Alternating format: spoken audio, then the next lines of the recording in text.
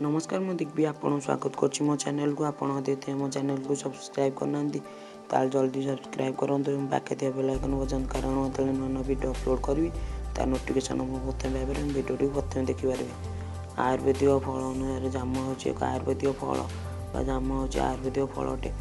वर्षा season रे याको प्रचुर मात्रा रे देखिया मिलता है।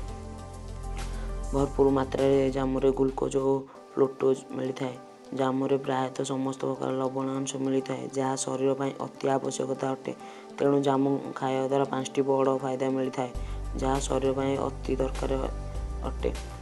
तो वीडियो को डेट नक चलतु से 5टी फायदा एवं कौ कौ फायदा आम शरीर पर अति मिलता है जाना चलतु वीडियो को डेट नक स्टार्ट करवा। जो सीजन जामु होउछि सेही समय मधुमेह रोगी को प्रतिदिन जामु खाइबा उचित। जामु खाइबा द्वारा मधुमेह रोग कम होता है। संध्यारे पानी सहित जामुर मंजी को चूर्ण पकई पीवा द्वारा परिस्रा समय शक्कर आसिया बंद हो जाता है।